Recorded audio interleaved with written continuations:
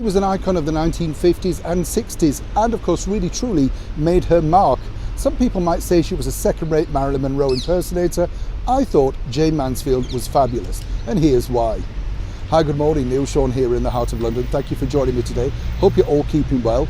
Now, this particular story I have a great affection for because around about 10 years ago now, I know I can't believe where the time goes, we made a documentary all about the fabulous 50s film star Jayne Mansfield. It was called From Hollywood to Yorkshire, and it basically centred on the fact that Jayne, way back in May and April 1967, popped up in my homeland of Yorkshire.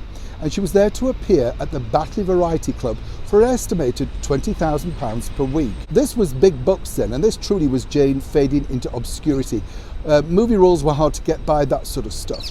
I don't know if you know though that Jayne Mansfield was truly one of the very first celebrities to actually make her own reality TV series. She basically came up with this film idea called The Wild Wild World of Jayne Mansfield. There were various titles around the world, and this was basically Jayne filmed across Europe, posing up a storm in bikinis, you know, the sort of thing. Sadly, she passed before the filming was complete, and the voiceover was added by another actress impersonating Jayne.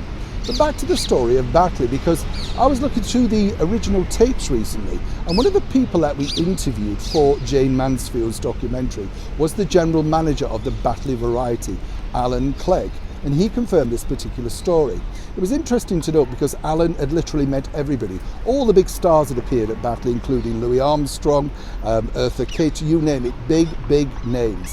He was able to get these stars because they had the money, and more importantly, there weren't many theatres around at that point, so stars wanted to come where they were guaranteed welcoming audiences. Jayne popped up and basically just breathed her way through a few songs between 11 and midnight and then disappeared back to a hotel in Wakefield and Leeds.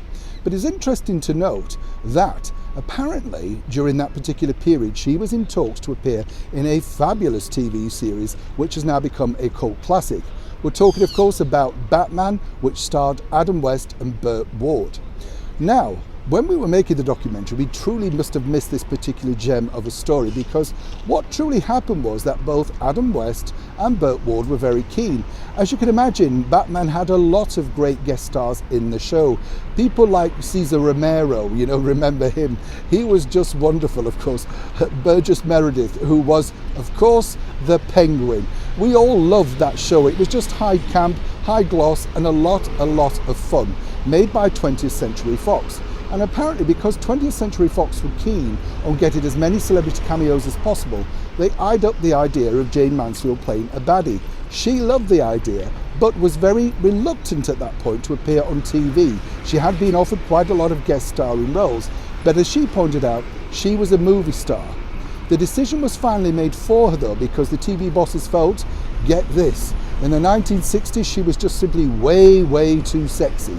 And that could be slightly offensive for children watching the show. How tame would that be today, if you get the picture?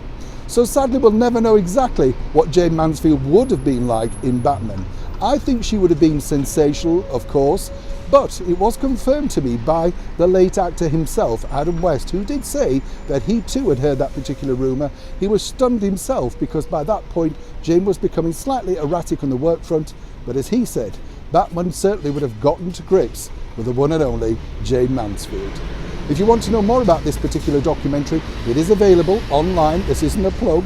If you fancy it, it's a really interesting documentary about a superstar basically coming to a very small venue and making sure the world knew all about her one more time.